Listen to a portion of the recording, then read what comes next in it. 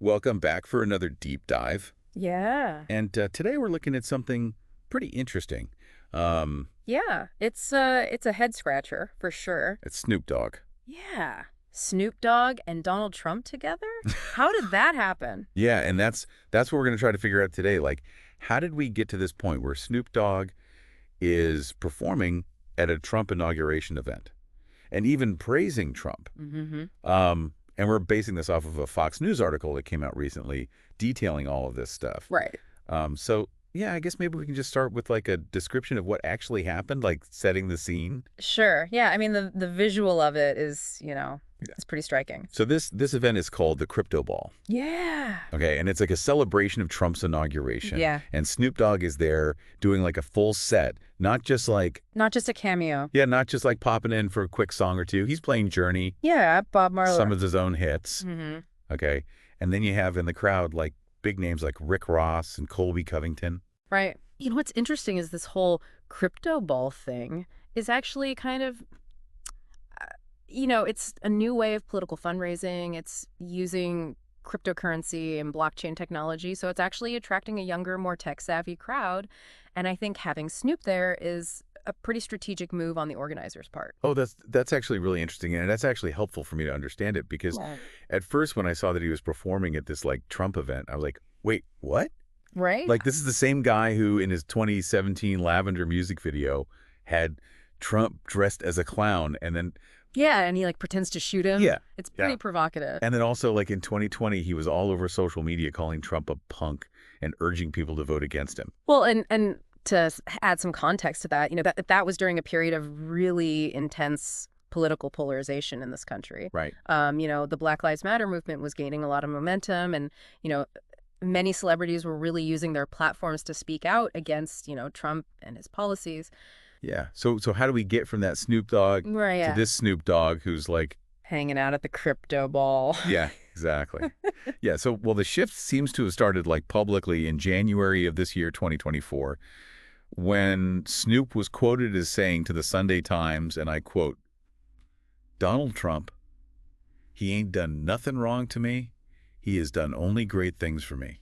Yeah, so I think a lot of people kind of point to that as like, okay, this is where things change. Right. But I think the story actually gets really interesting when you look at the 2021 pardon of Michael Harry O'Harris by Trump. Yeah, I was wondering when we were going to get to the pardon. So, yeah, help me out here. Like, who is Michael Harry O'Harris and why is this pardon such a big deal for Snoop? So Harris, he was actually a co-founder of Death Row Records. Oh, wow. The label that basically launched Snoop Dogg's career, Oh, wow. helped define like West Coast hip hop. Yeah. And he was serving a pretty lengthy prison sentence on like drug trafficking charges and conspiracy charges. Okay, and didn't Snoop Dogg acquire Death Row Records in 2022? He did, yeah. So this isn't just like some random connection. Right. No, it's very personal for Snoop. Yeah.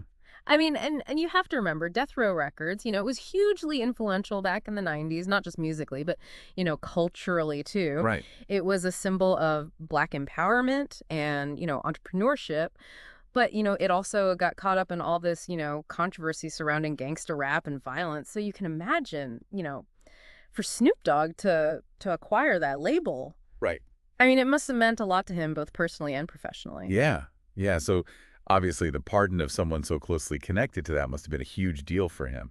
Yeah. Did he say anything about it at the time when it actually happened? Yeah, he did. He publicly thanked Trump Oh, really? for the pardon, called it like a great day for America, and particularly for Black men who were caught up in the system. Oh, wow. So you can see it kind of as a sign of compassion. Yeah. And maybe like, he saw it as a step towards like criminal justice reform. So it seems like this pardon was like a major turning point for Snoop. Yeah, it seems like it. Like it shifted his perspective on Trump, putting personal loyalty and gratitude above their political differences. Yeah, and I think, stepping back for a second, it's important to note that, this pardon was part of a broader pattern during Trump's presidency, where he granted clemency to a number of individuals.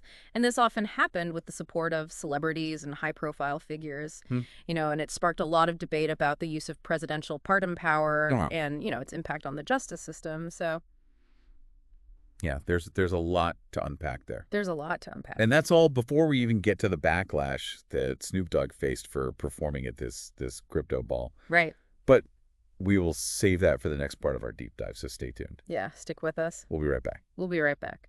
All right, so we're back, and things are about to get a little spicy. Yeah. Because, as we talked about in the last part, Snoop Dogg performing at this crypto ball for Trump, Mm-hmm. I mean, it really ignited a firestorm on social media. Yep. And in the press, like, people were not happy. Yeah, a lot of people saw it as, a betrayal Yeah. of his earlier stance Yeah. against Trump. Yeah, especially those who, really felt strongly about the social and political issues that Snoop had championed earlier in his career. Mm-hmm. So how did Snoop respond to all this backlash? Did he try to explain himself, or did he, like, double down? I mean, he kind of did both. Oh. He took to Instagram. Yeah, classic Snoop. Yeah, with a video message. Yeah. And he basically said, hey, I'm answering all this hate with love. Right. Like, get your life right. Right. Stop worrying about mine. Classic Snoop. Right, yeah, keeping it real. Yeah. And he really emphasized his, personal growth and his commitment to positivity. Okay, so that's interesting, but did he ever directly address, like, the pardon and his response to the criticism? Not explicitly in that video, but he did open up a little bit more about his perspective on the R&B Money podcast. Oh. And he talked about, how he deals with hate by focusing on his own success and spreading love. And he also mentioned that, he's learned to separate the personal from the political, and how, sometimes personal loyalty just trumps everything else. Okay, so for Snoop, it sounds like this wasn't about endorsing Trump's policies or agreeing with his political views. It was more about acknowledging this, like, personal debt of gratitude to Trump for pardoning Harry O, and also, like, staying true to his own personal values of, like, loyalty and compassion.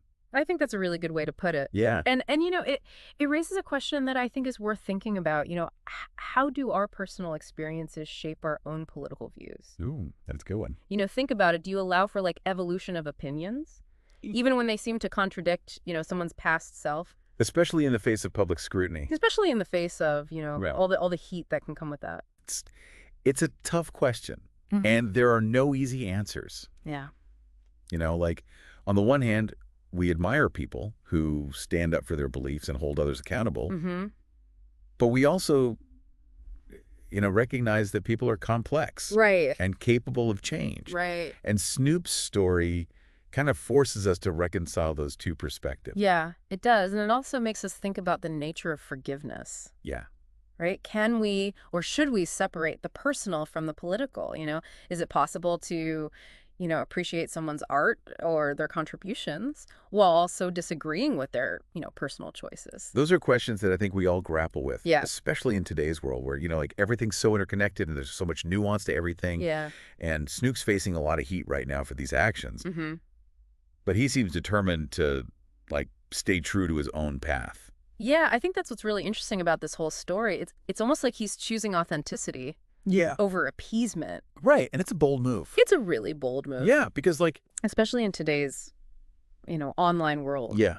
Yeah, where, like, everyone's watching and everyone has an opinion. Exactly. Yeah. It's a reminder that I think, celebrities, despite all their fame and fortune, they're human beings. Right. With their own histories and their own relationships and their own values. And those values sometimes can lead them to make decisions that, surprise us or even challenge, our perceptions of them. Yeah. And I think, like, the fact that we're having this conversation, is a testament to that. Like, how do you reconcile the Snoop Dogg, who is, like, so fiercely calling out Trump, with the Snoop Dogg, who is now, like, praising him? Yeah, it's a real head scratcher. It is. Yeah. Yeah, it really makes you think about, like, how we handle these types of situations ourselves. Yeah. What happens when someone we admire does something that maybe goes against our own values? It's tough, right? It forces us to, kind of look inward and examine our own beliefs and biases. And I think, it can be an opportunity to grow and to understand, different perspectives. Yeah, I guess we just shouldn't expect people, especially, and those in the public eye, to fit neatly into our expectations. Right. They're allowed to evolve, to change, to have different priorities at different points in their lives, just like all of us, It's true. And I think Snoop's actions here are a good reminder that there's always a story behind the headlines, and we can get so caught up in, the surface level stuff that we forget about the human element. Yeah, those personal stories, those experiences, they can be incredibly powerful. They Oh, add so much nuance and depth to these really complex issues. so where does all this leave us? I mean, I'm definitely walking away from this conversation with a lot to ponder. Good, that's the goal, right? It's these kinds of conversations that, help us think critically and challenge our assumptions. Yeah, it's all part of the learning process. Yeah, Embracing the unexpected, being open to new perspectives. absolutely. We should always be willing to dive deeper, to question, to learn. hmm Before we wrap up, I want to leave you with a question. How do we reconcile our admiration for these artists with their personal choices? When do we prioritize personal loyalty over political beliefs? And how can we even have these really tough conversations in a way that's constructive and respectful? That's a lot to think about, but those are all great questions to consider. And I Hmm. think, there's no easy answers, but the journey of exploring them, I think, is what matters. Well said. That's it for this deep dive. We hope this has given you some food for thought and encouraged you to see things, from different angles. Yeah, remember the most fascinating discoveries often lie just beneath the surface. So keep exploring, keep questioning, and keep an open mind. Until next time, keep diving deep.